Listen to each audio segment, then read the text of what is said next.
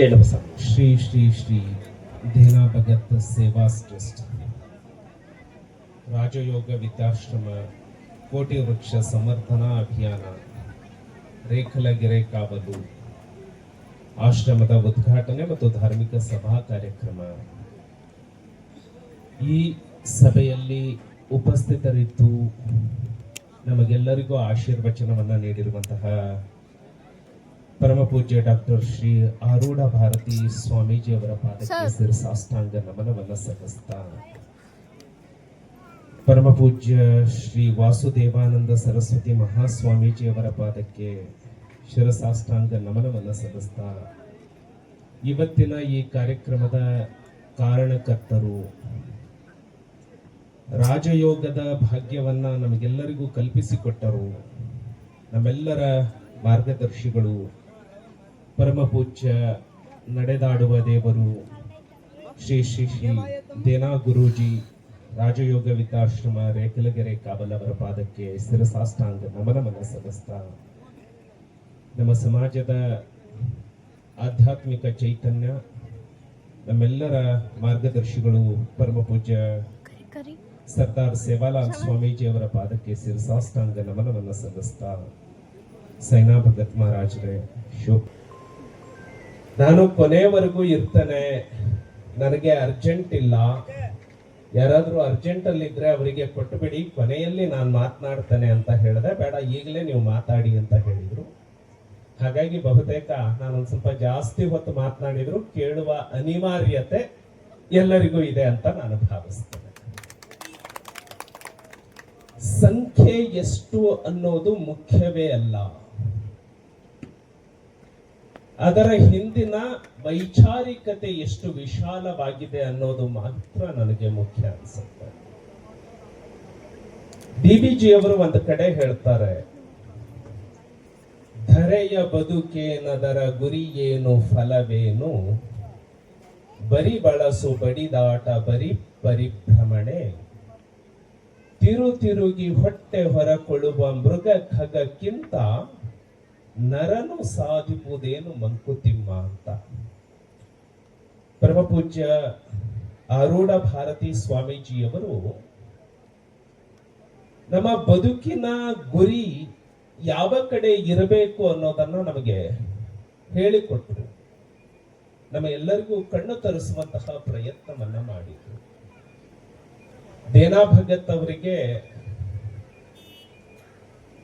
ಅರಣ್ಯ ಇಲಾಖೆ 1,500 ಎಕರೆ ಭೂಮಿಯನ್ನ ಕೊಟ್ಟು, ಬರಡು ಭೂಮಿಯನ್ನ ಕೊಟ್ಟು, ಇದನ್ನ ಹಸಿರನ್ನಾಗಿ ಪರಿವರ್ತನೆ ಮಾಡು ಅಂತ ಹೇಳಿದಾಗ ಗುರೂಜಿಯವರ ಆಲೋಚನೆ ಬಂದಿತ್ತು, ಇಲ್ಲೊಂದು ರಾಜಯೋಗ ಆಶ್ರಮ ಆಗಬೇಕು, ಆ ಮೂಲಕ ಕೋಟಿ ವೃಕ್ಷ ಅಭಿಯಾನವನ್ನ ಮಾಡಬೇಕು ಅಂತ. ಒಬ್ಬ ವ್ಯಕ್ತಿಯಲ್ಲಿ ಉದಾತ್ತವಾದಂತಹ ಚಿಂತನೆ ಮೂಡತ್ತಲ್ಲ, ಆ ಕ್ಷಣನೇ ಈ ಭೂಮಿಗೆ ಅದೊಂದು ಬಹಳ ದೊಡ್ಡ ಕೊಡುಗೆ ಅಂತ ನಾನು ಭಾವಿಸ್ತೇನೆ. ನಾನು ಈ ವೇದಿಕೆಗೆ ಬಂದಾಗ ನಾನೇನು ವೈಚಾರಿಕವಾಗಿ ಮಾತನಾಡಬೇಕು, ಆಧ್ಯಾತ್ಮಿಕವಾಗಿ ಮಾತನಾಡಬೇಕು, ಇವತ್ತಿನ ಘಟನಾವಳಿಗಳ ಬಗ್ಗೆ ಮಾತನಾಡಬೇಕು, ಇದು ಸ್ಪಷ್ಟತೆ ನನಗಿರಲಿಲ್ಲ. ಆದ್ರೆ ಇವತ್ತಿನ ನನ್ನ ಮಾತನ್ನ ಆಧ್ಯಾತ್ಮಕ್ಕೆ ಸೀಮಿತವಾಗಿ ಇಟ್ಕೊಳ್ತೇನೆ. ನಾನು ವೈಚಾರಿಕವಾಗಿ ಸೈದ್ಧಾಂತಿಕವಾಗಿ ಮಾತನಾಡೋ ಪ್ರಯತ್ನವನ್ನ ಬಿಟ್ಟು ಆಧ್ಯಾತ್ಮಕ್ಕೆ ನಿಲ್ಲಿಸುವಂತಹ ಪ್ರಯತ್ನವನ್ನ ಮಾಡುತ್ತೇನೆ. ಗೌತಮ ಬುದ್ಧ ಆಸೆಯೇ ದುಃಖಕ್ಕೆ ಮೂಲ ಅಂತ ಹೇಳ್ತಾರೆ. ನಾವೆಲ್ಲ ಸಣ್ಣವರು, ವಿದ್ಯಾರ್ಥಿಗಳು, ಹುಡುಗರಿದ್ದಾಗ ನಾವು ಹೇಳ್ತಿದ್ವಿ, ಬುದ್ಧನಾಗಬೇಕೆಂಬ ಆಸೆಯಿಂದ ಮಧ್ಯರಾತ್ರಿಯಲ್ಲಿ ಎದ್ದೆ, ಆಸೆಯೇ ದುಃಖಕ್ಕೆ ಮೂಲ ಎಂದು ಮತ್ತೆ ಮಲಗಿದೆ. ನಮಗೆ ಆಸೆಯೇ ದುಃಖಕ್ಕೆ ಮೂಲ ಬಹಳ ಸಹಜವಾಗಿ, ಸರಳವಾಗಿ, ಸಣ್ಣ ವಾಕ್ಯ ಅಂತ ಅನ್ಸುತ್ತೆ. ಆಸೆಯನ್ನ ಬಿಡೋದು ಹೇಗೆ? ಆಸೆಯೇ ದುಃಖಕ್ಕೆ ಮೂಲ ಅಂತ ಬುದ್ಧ ಹೇಳಿದ್ರು. ಆಸೆಯನ್ನ ಬಿಡೋದು ಹೇಗೆ? ಬಸವಣ್ಣನವರು ವಚನದಲ್ಲಿ ಹೇಳ್ತಾರೆ. ನಿಮ್ಮ ತಲೆ ಒಳಗೆ ಇದೊಂದು ಹುಳ ಇದೆ ಅನ್ಕೊಳ್ತೀನಿ ನಾನು. ಆಸೆಯನ್ನ ಬಿಡೋ ಮಾರ್ಗ ಬುದ್ಧರು ಯಾಕೆ ಹೇಳಲಿಲ್ಲ, ಅಥವಾ ಅವರು ಹೇಳಿದ ವಿಧಾನ ಯಾವುದು ತಾವು ಯೋಚನೆ ಮಾಡ್ತೀರಿ ಅನ್ಕೊಳ್ತಾರೆ.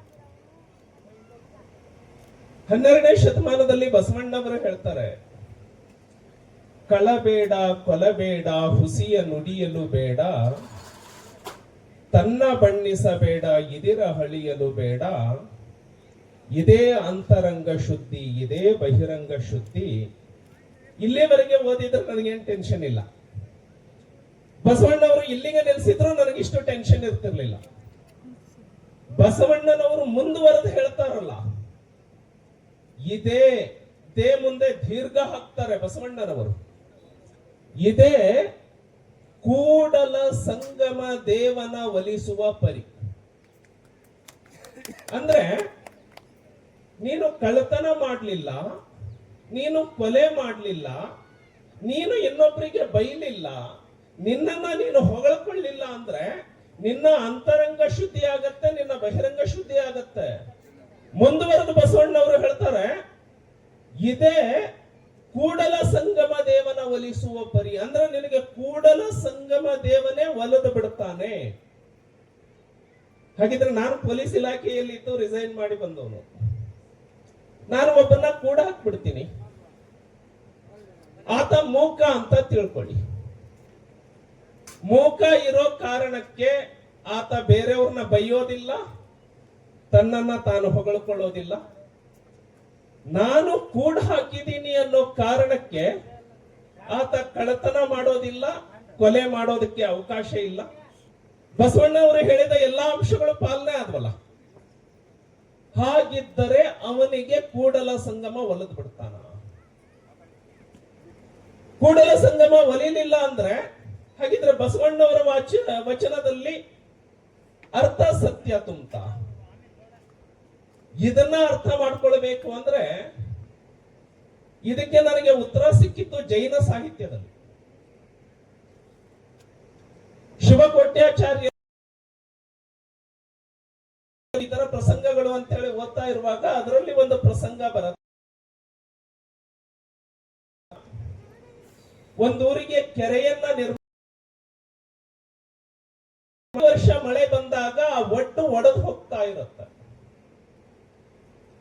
ಅವಾಗ ಪಂಡಿತರು ಇರ್ತಾರಲ್ಲ, ಒಬ್ರು ಸಲಹೆ, ನೀನೊಂದು ಬಲಿ ಕೊಡಬೇಕು ಅಂತ ಹೇಳಿ ಕೇಳಿ ಒತ್ತು ಕೊಟ್ಟವರು ಪಂಡಿತರು ಮಾರ್ಗ ಹುಡುಕೋರು ಇದ್ದೇ ಇರ್ತಾರೆ. ಹೆಸರು ಬದಲಾವಣೆ ಮಾಡಿ ಮದುವೆ ಮಾಡ್ತೀವಲ್ಲ, ಆ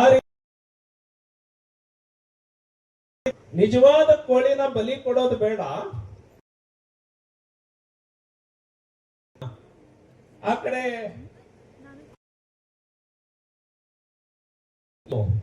ಈ ಕಡೆ ಪ್ರಾಣಿ ಹಿಂಸೆನೂ ಆಗಲಿಲ್ಲ. ವಯಸ್ಸವಾಗ 19-20ನೇ ವಯಸ್ಸು. ಹಿಟ್ಟಿನ ಕೋಳಿಯನ್ನ ತನ್ನ ಪಾಪವನ್ನ ತೊಳ್ಕೊಳ್ಳಬೇಕಾಯ್ತು ಅಂತ ನಾನು ಅವಾಗ ಧ್ಯಾನದಲ್ಲಿ ಸ್ವಲ್ಪ ಪ್ರಾರಂಭ ಮಾಡಿದವನಷ್ಟೇ. ನಾನು ಅವಾಗ ಧ್ಯಾನ ಮಾರ್ಗದಲ್ಲಿ ಅವಾಗಷ್ಟೇ ಅನಾಪಾನ. ನಾನು ಯೋಚನೆ ಮಾಡಿದೆ, ಇದೆಂತ ಸಾಹಿತ್ಯ ಇದು?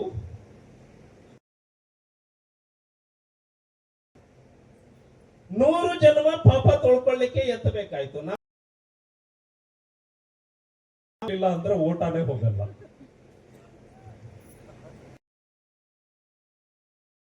ಇದಕ್ಕೆ ಅವಾಗ ಅಂದ್ರೆ ಭೌತಿಕ ಜೀವನ ಮಾತ್ರ, ಅಂದ್ರೆ ಭೌತಿಕ ಜೀವನದ ಭಗವದ್ಗೀತೆಯ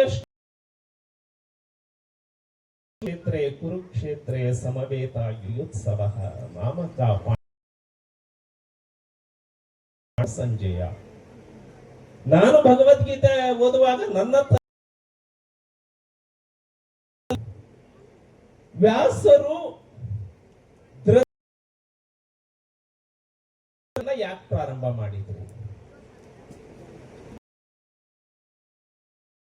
ಆಗ್ಬೇಕಿತ್ತಲ್ಲ. ಶ್ರೀಕೃಷ್ಣನ ವಾಣಿಯಿಂದ ಬೇಡ, ಅರ್ಜುನನಿಂದ ಪ್ರಾರಂಭ ಮಾಡಿಸಬಹುದಾಗಿತ್ತು.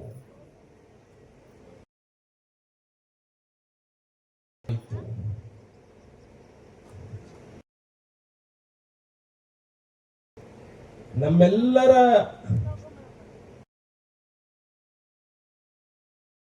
ಮನಸ್ಸಿನ ಮೂಲ ಶಾಂತವಾಗಿರ್ಬೇಕು,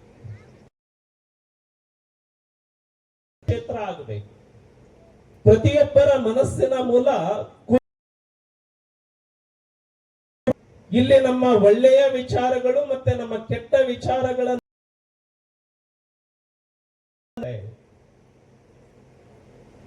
ಇದರಲ್ಲಿ ಮುನ್ನೆಲೆಗೆ ಬಂದ್ರೆ ಏನಾಗಬಹುದು, ಇಡೋದು ಹೇಗೆ? ಭಗವದ್ಗೀತೆ ನಮಗೆ ಸಂದೇಶ ಕೊಡೋದು ಹಾಗೆ ಅಂದ್ರೆ ಕೇವಲ ನಾನು ಈ ಶರೀರ ನನ್ನ ಮನಸ್ಸು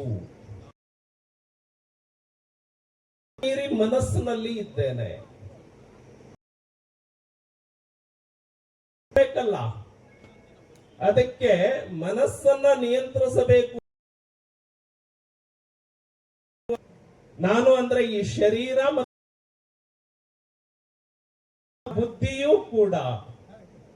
ಬುದ್ಧಿ ನೀನು ಮೋಕ್ಷದ ಕಡೆ ಹೋಗ, ಚೈತನ್ಯ ಅನ್ನುವಂಥದ್ದು ನಿನ್ನ ಒಳಗೆ ಇದೆ. ಹಾಗಾಗಿ ಭಗವದ್ಗೀತೆಯಲ್ಲಿ ಬರೋ 4 ಪಾತ್ರಗಳನ್ನ ಮನಸ್ಸು, ಸಂಜಯ ಅಂದ್ರೆ ನಮ್ಮ ಬುದ್ಧಿ, ಧೃತರಾಷ್ಟ್ರ ಮತ್ತು ಸಂಜಯನ ನಡುವೆ ನಡೆಯುವ ಸತ್ಯ ಅಣಿಯಾಗುವಂತಹ ದೇಹ, ಮನಸ್ಸು ಮತ್ತು ಬುದ್ಧಿಯನ್ನ ಹತವ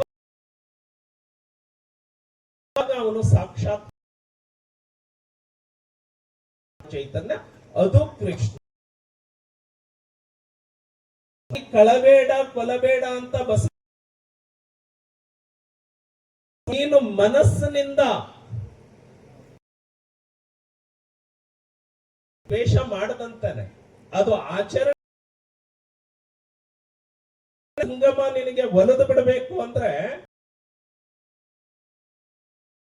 ಶುದ್ಧವಾಗಿ ಇಟ್ಕೊಂಡಿದೀಯಾ? ನಾವೆಲ್ಲರೂ ಬೆತ್ತಲೆ. ನಾವು ಹಾಕಿರುವಂತಹ ಈ ಬಟ್ಟೆ ಮುಚ್ಕೊಂಡಿದೆಯಲ್ಲ, ಹಾಗೆ ನಮ್ಮಲ್ಲ ಅವು ವಿಕಾರವಾಗಿ. ಶಿಕ್ಷಣದಲ್ಲಿ ಪರ್ಸನಾಲಿಟಿ ನಾವು ಹೊರಗಡೆ ಏನಿದ್ದೇವೆ, ಹೊರಗಡೆ ನಾವು ಏನು ಉಪದೇಶ ಹೇಳ್ತೇವೆ, ನಮ್ಮ ಒಳಗಡೆ ನಾವು. ಅದಕ್ಕೆ ಶರಣರು ಹೇಳಿದ್ರು, ನಡೆದಂತ ನಮನ ಅಂತ. ನಾವು ನುಡಿಯೋದು ರಾಜಯೋಗ ಅಂದ್ರೆ ನಡೆ ಮತ್ತು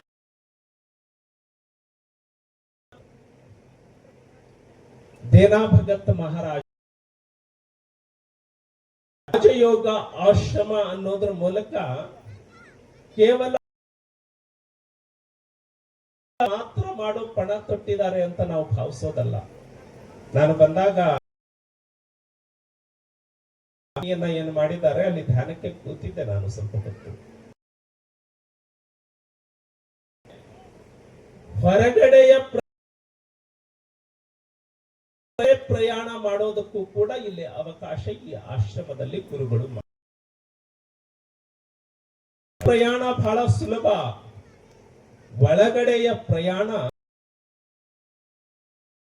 ಒಳಗಡೆಯ ಪ್ರಯಾಣಕ್ಕೆ ನಾವು ಅಣಿಯಾಗದೆ ಕೂಡ ನಮ್ಮ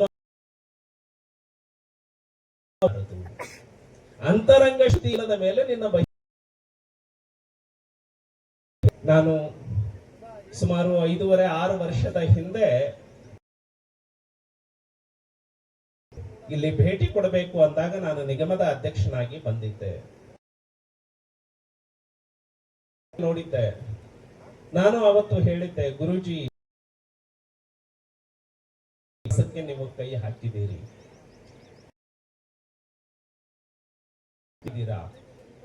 ಈ ಯಜ್ಞದಲ್ಲಿ ಪ್ರಾರಂಭದಲ್ಲಿ ನಮ್ಮನ್ನ ನೋಡಿ ನಗೋರಿರ್ತಾರೆ,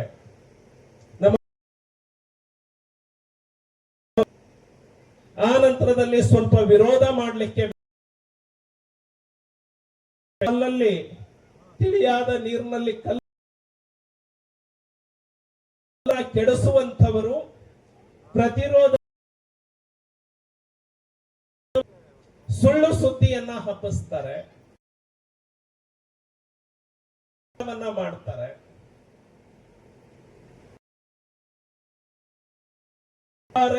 ಇಳಿತಾನೆ, ಅವಾಗ ನಾವು ಅನ್ಕೊಳ್ಬೇಕು, ನಾವು ಒಬ್ಬ ವ್ಯಕ್ತಿ ನಮ್ಮ ಬಗ್ಗೆ ಅಪಪ್ರಚಾರ ಮಾಡ್ತಾ ಇದ್ದಾನೆ ಅಂದ್ರೆ ನಿಲ್ಲುವ ಸ್ಥಾನವನ್ನ ಕಳ್ಕೊಂಡ, ಆತ ನೈತಿಕವಾಗಿ ಕುಸ್ತಿದ್ದಾನೆ, ಕೊನೆ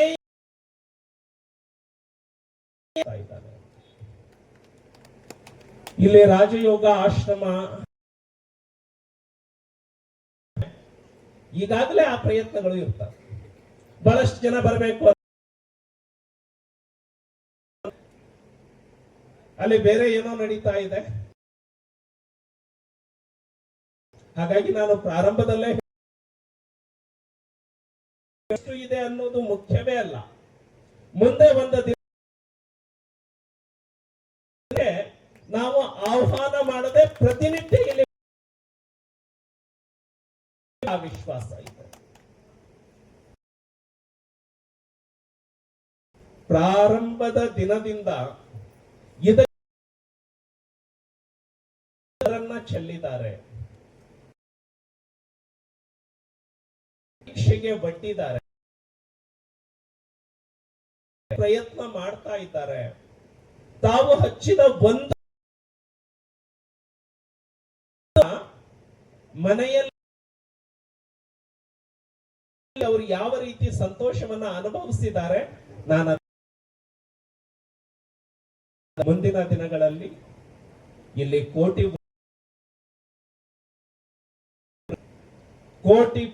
ಜನರ ಸಂಕುಲಕ್ಕೆ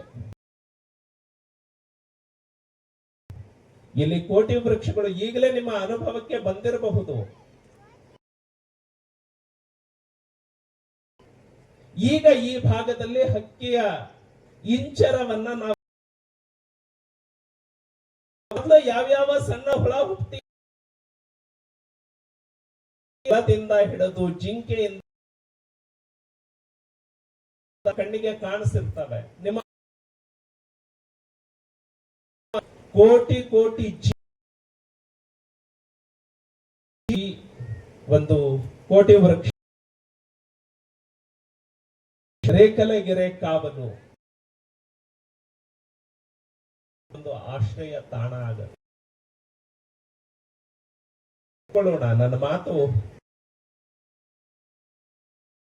ಇರಬಹುದು, ಆದ್ರೆ ಇನ್ನು 10-15 ವರ್ಷಗಳ ನಂತರದಲ್ಲಿ ಇವತ್ತು ಏನಿತ್ತು 10 ವರ್ಷದಲ್ಲಿ ಇದೇ ಜಾಗದಲ್ಲಿ ಜಗತ್ ಪ್ರಸಿದ್ಧ ವ್ಯಕ್ತಿಗಳು ಬಂದು ಮಾತನಾಡುವಂತಹ ವಾತಾವರಣ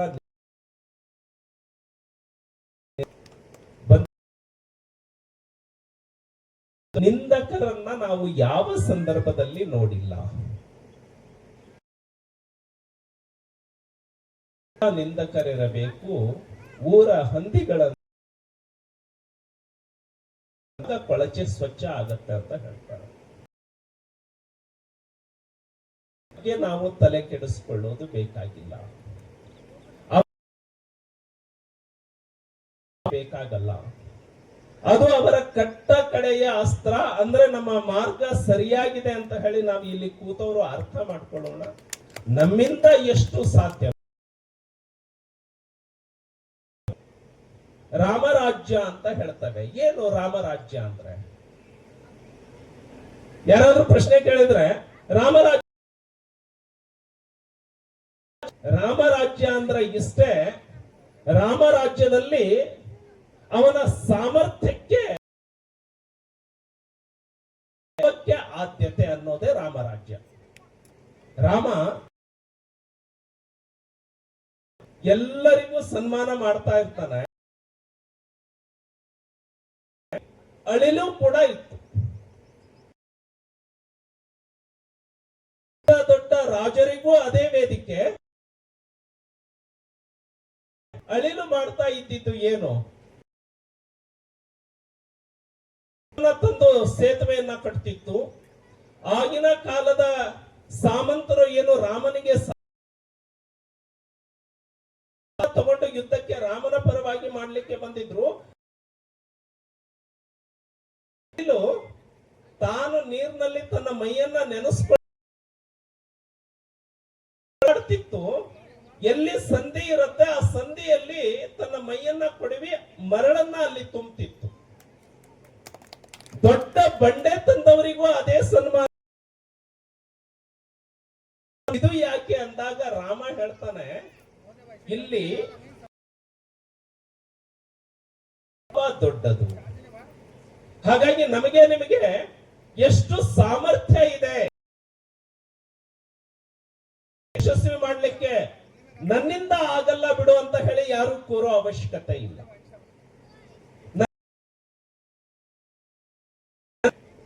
ಯಾರು ಶಕ್ತಿವಂತ ಬಿಟ್ಟು ಲಕ್ಷ ಸಸಿಯನ್ನ ಉಳಿಸ್ತಾನೋ, ಇರುವಂತದ್ದು 2 ಸಸಿ ಹಚ್ಚೋದಲ್ಲ, ಒಂದೇ ಸಸಿ ಹಚ್ಚೋದು. ನಾನು ಇಲ್ಲಿ ಶ್ರದ್ಧೆ